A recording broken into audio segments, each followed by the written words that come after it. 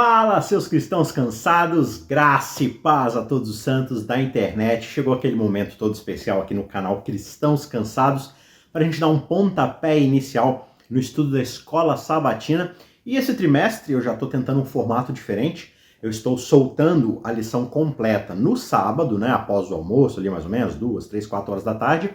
E no finalzinho da tarde eu solto só o trechinho de sábado e a cada dia eu vou soltando o pedaço diário ali daquela semana, daquela lição, segunda-feira, terça-feira, quarta-feira. Não só aqui no canal Cristãos Cansados, mas também lá no Instagram. Se você ainda não segue a gente no Cristãos Cansados lá no Instagram, siga também, tá certo? E aí você pode acompanhar, se você quiser, se não quiser assistir 40 minutos de conteúdo, você vai assistindo 5, 6, 7 minutos por dia, e aí você também vai acompanhando o desenrolar do tema da lição da Escola Sabatina. E também a gente tem o nosso canal, o nosso website, cristãoscansados.com.br, onde você pode acessar os canais de podcast, caso você queira apenas seguir a gente no Spotify, na Apple, no iTunes e por aí vai. Enfim, tem muito conteúdo. Mas vamos para o assunto aqui, porque nós estamos gravando aqui, estudando, discutindo na lição desse trimestre, do segundo trimestre de 2024, sobre o livro O Grande Conflito, da escritora Ellen White.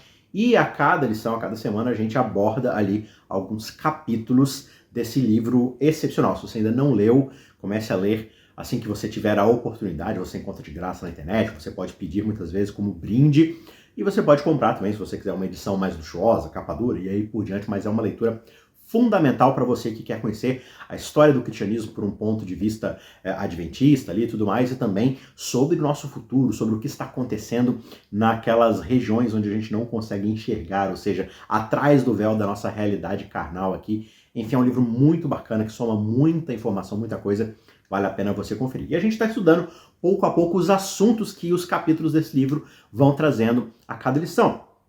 E na lição de hoje, nessa quinta lição, nós vamos continuar ali destrinchando sobre a ideia de defender a verdade, de se manter firme, de se manter com fidelidade quando a situação não é fácil.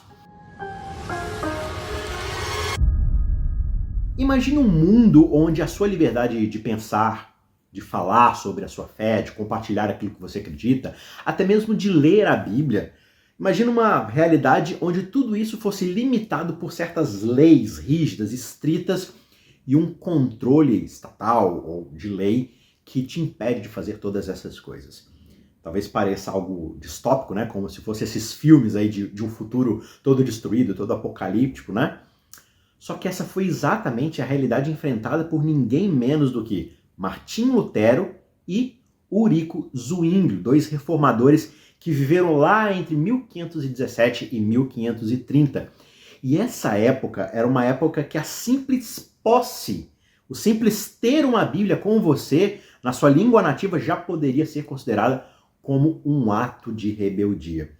E esses dois camaradas, Lutero e Zwinglio, eles acreditavam que cada pessoa deveria ter o direito não só de ler, mas também de interpretar as Escrituras por si próprio, por conta própria. Ler ali pessoalmente, fazer a sua devoção, o seu estudo e tirar suas próprias conclusões, sem, digamos assim, a mediação exclusiva da igreja, A igreja não vai ser aquela que vai dar o último tom e a interpretação, não.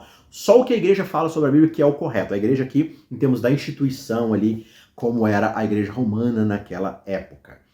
E esse princípio de que cada um pode acessar a Bíblia, ler e interpretá-la por conta própria, ficou conhecido na Reforma como sola scriptura, ou somente a Escritura. E esse conceito estava no coração da mensagem desses homens. Eles defendiam que a verdade bíblica deve ser o fundamento único e exclusivo da fé cristã. E não as tradições, os decretos que a igreja emite, que muitas vezes acabavam se desviando de princípios sólidos da própria Bíblia. Lutero, por exemplo, ele desafiou abertamente as práticas da Igreja Católica quando ele publica suas famosas 95 teses. E elas questionavam ali a venda de indulgências, ou seja, pagar pela sua salvação, pelo perdão de pecados, e várias outras práticas que ele via como corruptas e nada bíblicas. Não tinham nada de fundamento na Bíblia, mas eram práticas comuns da igreja.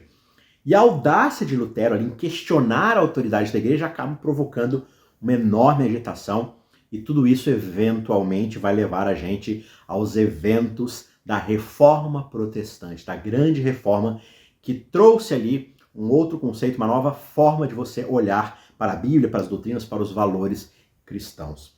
Já o outro personagem, Zwinglio, por sua vez, ele iniciou uma reforma lá na Suíça. Ele se concentrou ali também na questão da autoridade das escrituras e ele promoveu assim, uma mudança muito significativa na forma de prestar culto, na administração, ou seja, na condução ali da igreja, na forma como as coisas eclesiásticas eram feitas, sempre buscando alinhar tudo o que ele fazia, todas as diretrizes que ele buscava ali trazer para a sua igreja, para a sua comunidade, de acordo com os princípios que ele entendia serem bíblicos. Como, por exemplo, passagens como 2 Timóteo 3, 16 a 17, que afirma que toda a escritura é inspirada por Deus, é útil para ensinar, para repreender, para corrigir e para instruir na justiça. E aí, o protesto dos príncipes lá na Suíça em 1529 foi um outro momento decisivo, quando esses líderes políticos eles se posicionaram ao lado dos reformadores contra as imposições do Sacro Império Romano em relação à liberdade religiosa. Claro que haviam interesses políticos, né? Roma e o Papa, por aí vai, dizia quem era rei e quem não era, tirava e colocava no trono. Então havia também toda uma questão política, mas, claro, Deus está à frente na história, ele está conduzindo tudo e se utilizando de todas essas coisas para chegar aonde ele deseja chegar.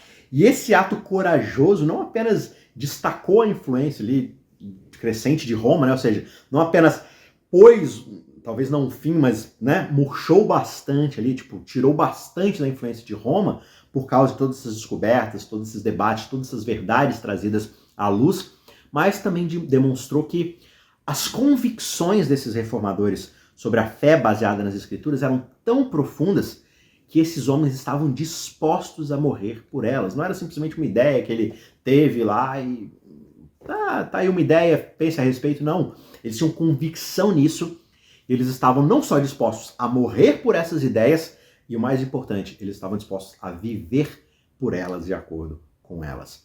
E esses eventos ensinam pra gente a importância da gente conhecer e compreender as escrituras por nós mesmos. A gente vive numa era de fácil acesso à informação, né? É só você abrir o seu celular aí que você tem Bíblia em tudo quanto é tradução, versão, na ponta dos seus dedos.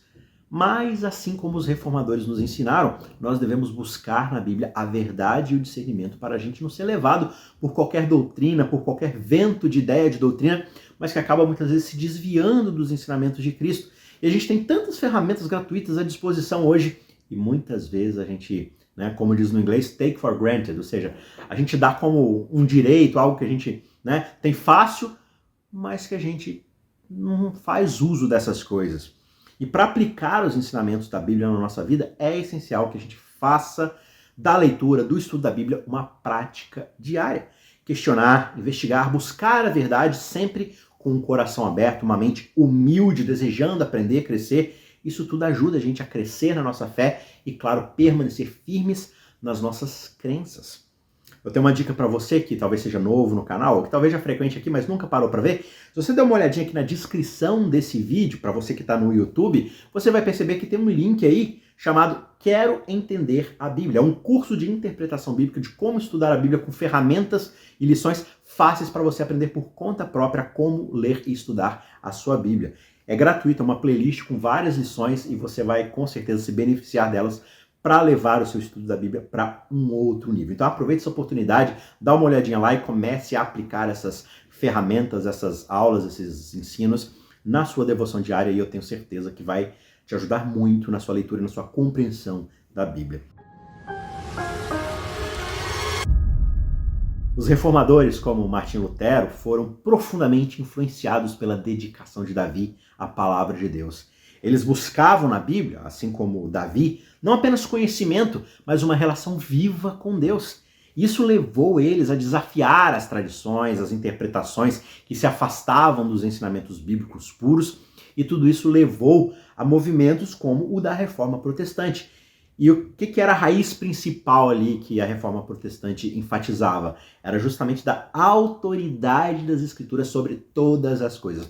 As Escrituras estão acima como autoridade da tradição, dos costumes, da cultura, dos valores, das ideias da igreja, de leis humanas. A Bíblia está sempre acima como autoridade na vida sobre todas essas coisas. Mas o que é que isso significa para nós hoje? Como é que nós podemos aplicar essa mesma paixão pelas Escrituras na nossa vida diária? E uma maneira, claro, é compreender a diferença entre a leitura devocional da Bíblia e a exegese. Conceitos aqui talvez meio complicados, se você não está acostumado com eles, mas a gente vai tentar destrinchar um pouquinho aqui.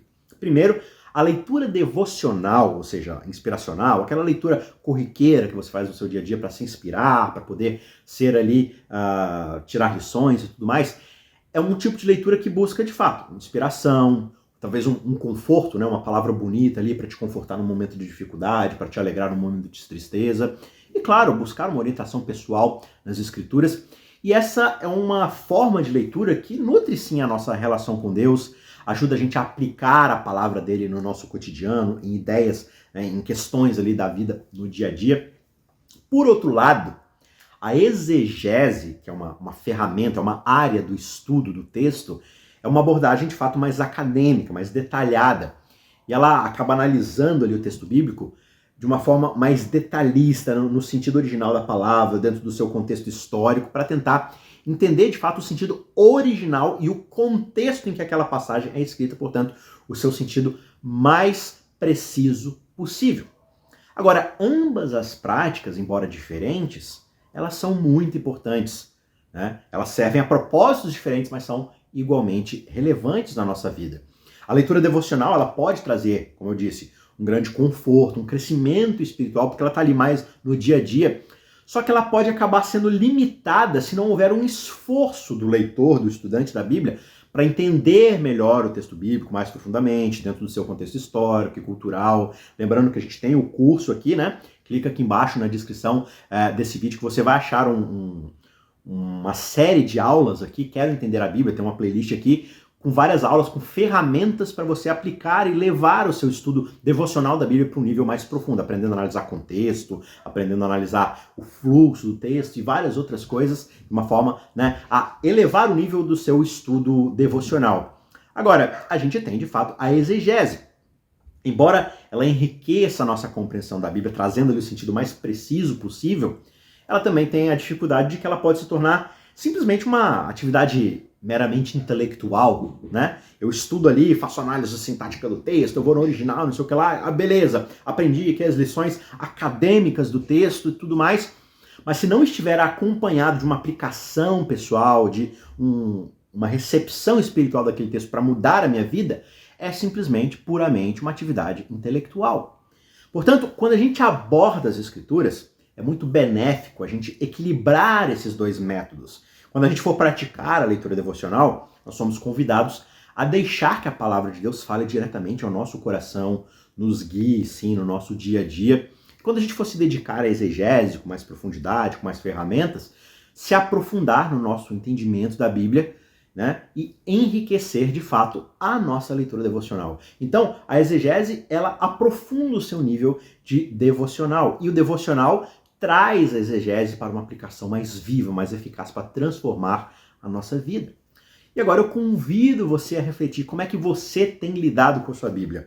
Você estuda de uma forma mais profunda, buscando o sentido mais original, ou você simplesmente lê o texto do jeito que ele está e tira lições da sua própria mente? Ou talvez a Bíblia está simplesmente largada lá no canto da sua casa, empoeirado, talvez aberta no Salmo 51, ou seja lá qual salmo você prefere, né? É uma coisa para a gente pensar.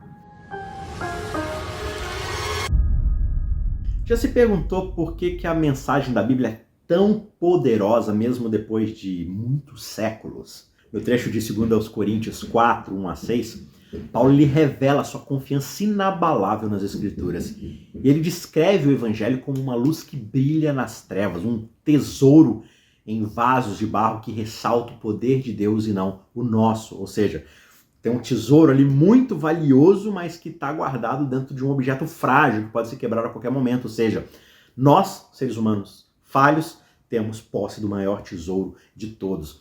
E Paulo, ele estava convencido de que, ao revelar Jesus Cristo através da pregação do Evangelho, ele estava iluminando o conhecimento da glória de Deus para ser revelado para outras pessoas, para que outros pudessem conhecer esse Evangelho da glória de Deus. E esse mesmo entendimento que Paulo vai explicar ali nos seus escritos, é aquilo que vai inspirar reformadores como Martim Lutero, William Tyndale, que estavam aí determinados a traduzir a Bíblia para as línguas vernáculas, ou seja, a língua ali da comunidade, do povo. Eles são tocados de fato por esse esforço que Paulo tem de trazer o evangelho para o público, e eles pensaram, não, nós também temos que ter esse papel de tornar a Bíblia, que está no latim, é uma linguagem difícil para o povo, que o povo não fala latim, eles não entendem isso. Então como é que a gente pode traduzir isso para uma língua comum para que todo o povo tenha acesso, ou seja, democratizar a palavra de Deus?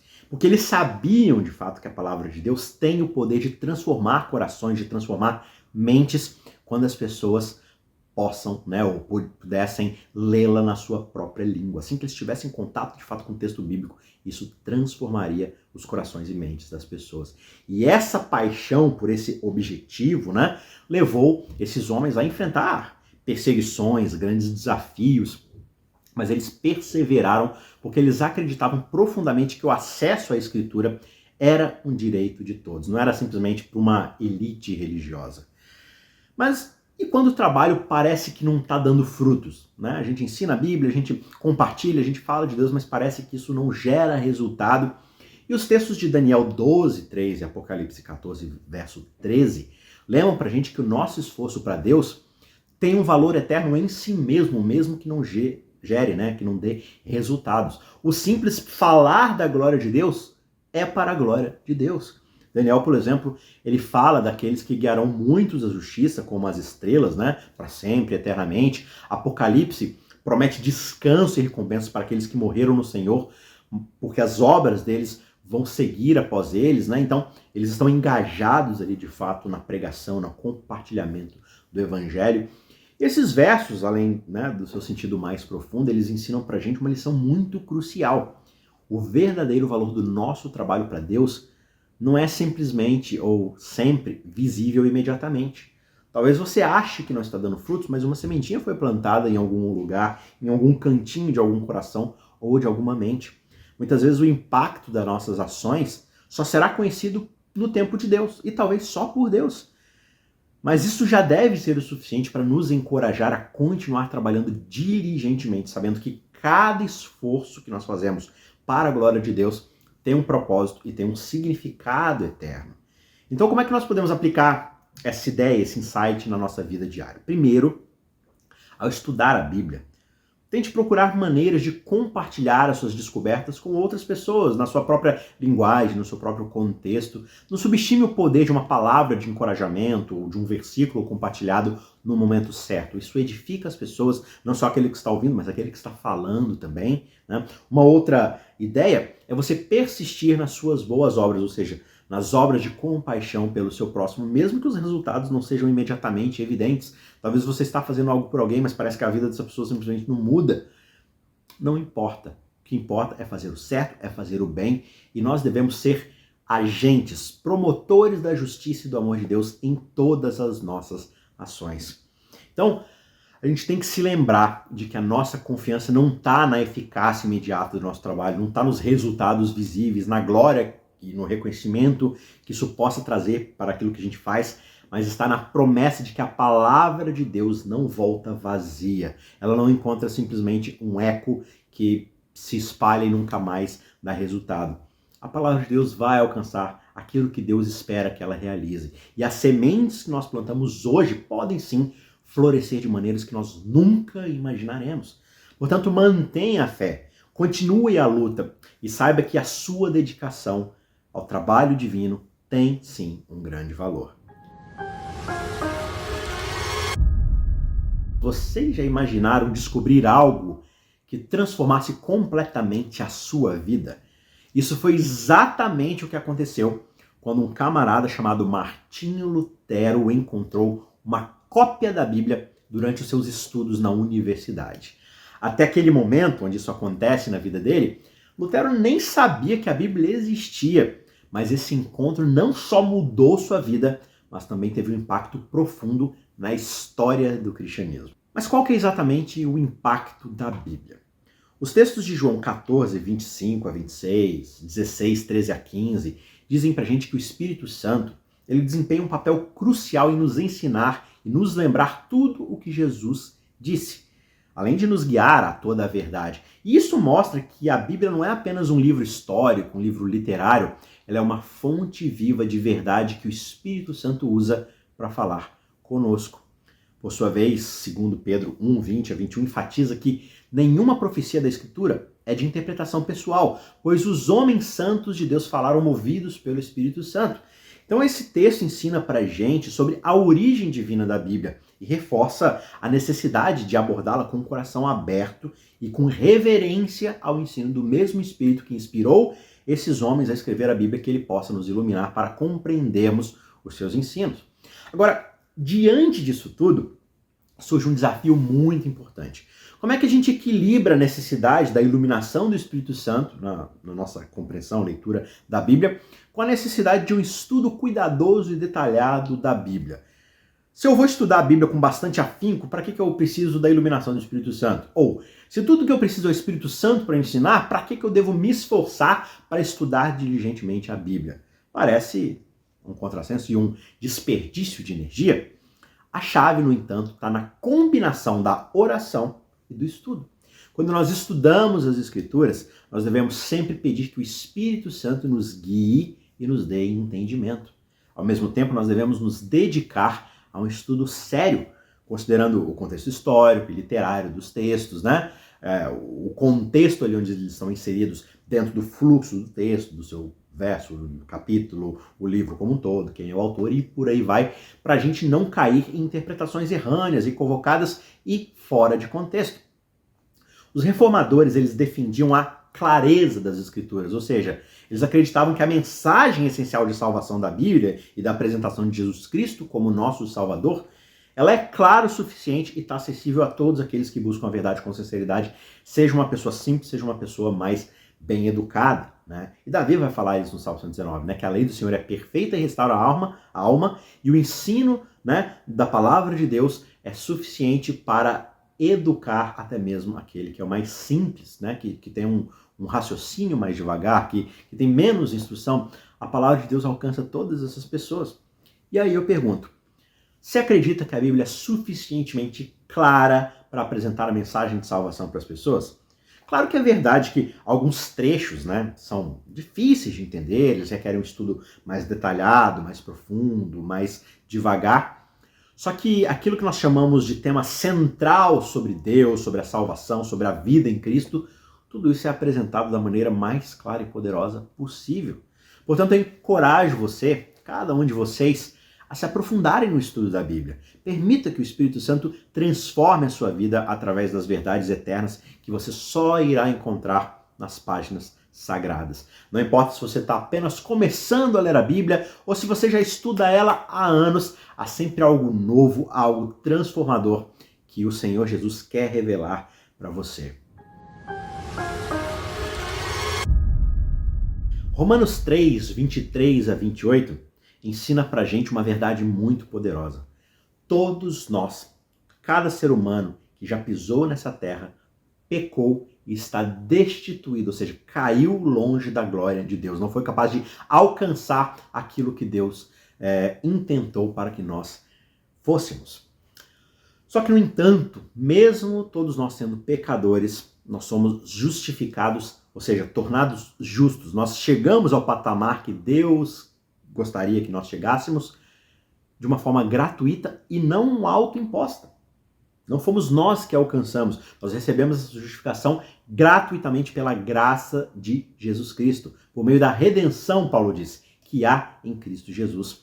Paulo ele não enfatiza pouco, não. Ele enfatiza demais que a justiça vem de Deus através da fé em Jesus Cristo para todos aqueles que creem, sem qualquer distinção de raça, de gênero, de geografia, de classe social, nada. É para todos. Todo mundo, diante de Cristo, se aceitar o nome de Cristo como um nome que pode justificar pela fé, se nós crermos nisso, nós somos justificados gratuitamente. E esses versículos de Romanos, eles são fundamentais, porque eles destacam que a salvação não é algo que a gente pode alcançar se esforçando bastante, buscando pelos nossos próprios méritos, pelo nosso esforço alcançar. É um presente gratuito dado por Deus através da fé nele. E esse ensinamento ele foi tão radical na época da Reforma, justamente porque ele confrontava a noção de que talvez pagar pelas indulgências, ou seja, pagar pelo perdão, ou fazer boas obras para compensar os nossos erros, tudo isso poderia de alguma forma comprar ou acessar a salvação por motivações e recursos humanos. E Lutero e vários outros reformadores, eles defendiam que a salvação é um ato de fé, não é de compra, não é por recurso. E essa é uma verdade que eles encontraram clara e abundantemente nas Escrituras. Agora, a lição desse trimestre, né, é escrita, ou é baseada nos escritos de Ellen White, no livro O Grande Conflito. Mas ela também tem um livro chamado Caminho a Cristo, que é um livro um pouco menor, mais fino, mas uma leitura maravilhosa, uma leitura doce demais, de salvação. E ela apresenta o caminho para a salvação e a redenção humana, mas ela não cita o termo justificação pela fé de forma tão clara. E aí talvez, você que conheça a literatura, ou talvez você seja um crítico dela, você pode se perguntar: por que um livro tão influente como esse, Caminho a Cristo, né, que orienta milhares de pessoas na jornada espiritual, não menciona explicitamente ali, especificamente, a justiça ou a justificação pela fé? E a resposta parece estar no propósito desse livro. Caminho a Cristo, ele foca em guiar o leitor a desenvolver um relacionamento pessoal e transformador com Jesus. E embora a autora não use o termo justificação pela fé, o livro ele aborda, ele está ensopado profundamente desse conceito de que a salvação é pela fé e através, né, da fé. Ela é pela graça, ela é algo gratuito que nós recebemos pela fé. Ela incentiva o tempo todo o leitor a uma experiência de conversão genuína e um compromisso contínuo com Deus. E esse enfoque num relacionamento pessoal com Cristo, alguém que é uma pessoa e que deseja uma relação conosco, em essência, é de fato o que a própria justiça pela fé representa. O livro ele convida o leitor a conhecer Jesus, a confiar nele, a viver uma vida de fé nele e a refletir esses princípios que a Reforma, de maneira muito mais clara, vai especificar nos termos que ela acabou cunhando historicamente, mas de uma maneira muito mais prática, muito mais acessível, tá certo? Então, como é que nós podemos aplicar esses ensinamentos na nossa vida? E primeiro, é essencial a gente reconhecer que, independentemente das nossas falhas, dos nossos erros, a oferta de salvação pela fé está aberta a todos. Nós devemos abraçar essa verdade, nós devemos permitir que ela transforme a nossa maneira de viver e devemos interagir com os outros, compartilhando essa mensagem. E além disso, a gente deve buscar fortalecer o nosso relacionamento com Deus de uma forma diária, confiar que Ele nos guiará em cada passo da nossa jornada espiritual. Então, em resumo, Romanos 3, 23 a 28 oferece para a gente essa base sólida para entendermos a justiça pela fé dentro dos parâmetros que Paulo ensina para a gente, mas livros como Caminho a Cristo ajudam a gente a aplicar essa verdade de uma forma mais diária, na caminhada do nosso dia a dia, na presença de Deus. A Bíblia é clara ao afirmar que a salvação é um ato de Deus. A salvação ela não é baseada em méritos humanos, ela é única e exclusivamente baseada na graça de Cristo. Lá em Efésios capítulo 2, versos 8, 9, a gente lê que nós somos salvos pela graça mediante a fé. E isso não vem da gente, isso é um dom de Deus. Não é alcançado por meio de obras, de esforço humano, para que a gente não receba glória por algo que nós não merecemos. E essa passagem, ela é muito importante, justamente porque ela estabelece a fundação da nossa fé. A salvação, ela vem de Deus, ela é um presente que nós não merecemos, portanto, recebemos gratuitamente. Por isso, a gente não tem que se gabar ou que receber qualquer glória por algo que nós não fizemos. Então, onde é que as boas obras elas vão encaixar no meio disso tudo? Porque Tiago, lá no capítulo 2, verso 17, vai falar pra gente que a fé, se não tiver obras acompanhando, ela é morta em si mesma. Então, como é que fica esse conceito? Será que isso não significa que as obras de fato salvam, porque elas desempenham um papel na nossa fé? Né? Não. Elas são simplesmente, Tiago vai dizer, a manifestação natural de uma fé que é viva e ativa. Veja, as boas obras elas são uma resposta do cristão ao amor imensurável de Deus. Elas são uma forma da gente viver a fé que nós professamos e de testemunhar a transformação que Deus opera nas nossas vidas.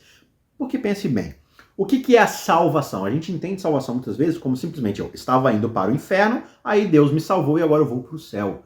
Mas a salvação é muito mais profunda do que isso. Salvação é a transformação que ocorre na nossa vida que muda o nosso caráter.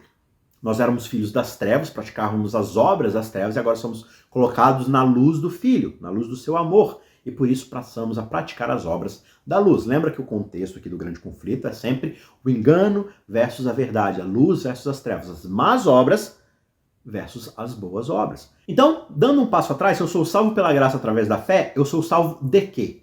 Eu sou salvo da minha condição pecaminosa, da minha incapacidade de fazer boas obras inspirados pelo Espírito Santo, fazer aquilo que Deus me criou para fazer. Então eu sou salvo dessa indisposição com Deus e sou colocado agora num caminho de justiça. Essa é a salvação e a transformação que ocorre na minha vida. Então, se eu acredito que sou salvo pela fé, mas eu continuo o tempo todo na minha vida de uma forma obstinada, pecando e fazendo más obras, significa que não há fé que está ali operando e transformando para a minha salvação. Porque, de fato, eu não fui salvo ainda de viver para mim mesmo, de viver de uma forma egoísta. Então essa é a compreensão que Tiago quer fazer a gente entender, né? Se eu digo que eu tenho fé, mas de fato a minha vida não mostra que eu fui transformado e salvo, então será que eu tenho fé de verdade? É isso que ele quer dizer com uma fé morta. Não é que as boas obras influenciam na nossa salvação. É que se não há boas obras após a nossa salvação, não houve salvação para começo de conversa. Portanto, a fé nunca existiu. É isso que Tiago está dizendo. Ele está dizendo que as obras são a causa da nossa fé ou a causa da nossa salvação. Lá em Romanos 6, versos 15 a 18, Paulo vai aprofundar essa compreensão quando ele discute como nós nos tornamos servos da justiça através da fé em Jesus Cristo. O apóstolo Paulo ele questiona: o que diremos nós então? Será que devemos permanecer no pecado para que a graça de Deus seja mais abundante? Ou seja, quanto mais eu peco, mais Deus demonstra a sua graça, então isso mais mostra que ele é gente boa. Paulo vai dizer: de modo nenhum, de forma alguma, vira essa boca para lá, jamais isso aconteça. Esse trecho de Paulo enfatiza que, embora nós estejamos debaixo da graça, ou seja, a salvação é um presente gratuito, nós não estamos debaixo da lei para alcançar a salvação, por outro lado, nós somos chamados, por essa graça, a vivermos uma vida que reflita a justiça do Deus que nos salvou.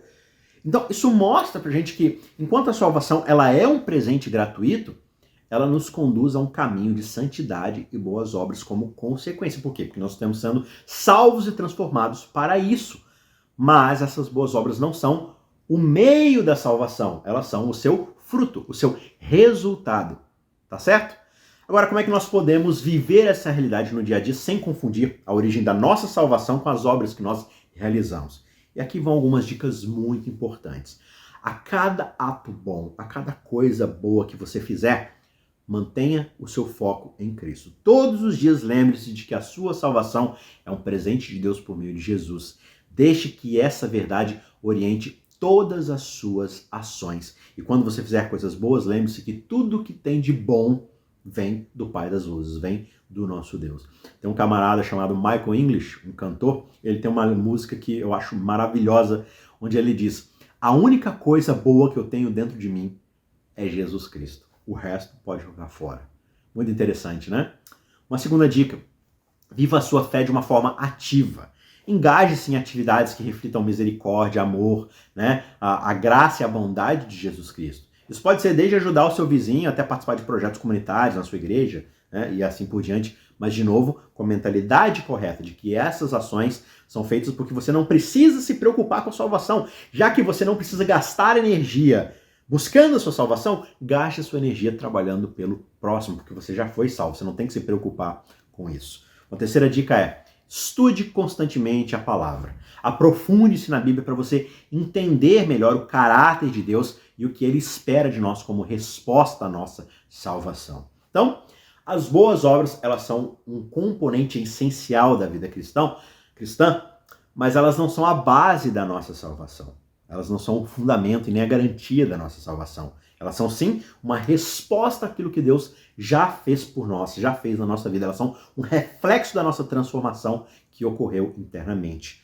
Romanos 6 lembra pra gente que nós somos chamados a sermos servos da justiça e vivemos uma vida que honre e que dê glórias a esse Deus e reflita a sua graça a todas as pessoas. A Idade Média é frequentemente retratada como uma era, digamos assim, de trevas espirituais, principalmente devido ao controle rigoroso que a igreja exercia sobre as doutrinas e o acesso à Bíblia que era negado às pessoas comuns, né? A igreja tinha um monopólio ali, não só da posse da Bíblia, mas também da sua explicação. Só que, no entanto, mesmo nesses momentos, a gente consegue ver a mão de Deus atuando. A preservação de textos bíblicos, a produção de arte religiosa, a fundação de ordens monásticas que buscavam uma vida devotada a Deus, tudo isso é testemunho, por mais imperfeito que fosse, de que a fé ainda pulsava muito forte no coração de muitas pessoas. Deus ele não abandona o seu povo, mesmo em tempos de corrupção e de erro. E quanto à questão do domínio papal, é importante a gente lembrar que a história da humanidade está repleta de períodos onde o erro parece que está prevalecendo, parece que está ganhando mais espaço, só que, no entanto, Deus, na sua soberania, ele permite que certas coisas aconteçam para que nós possamos aprender a depender dele, a permitir que ele seja soberano em todas as coisas e possamos, assim, crescer na nossa fé. Pega a Reforma, por exemplo.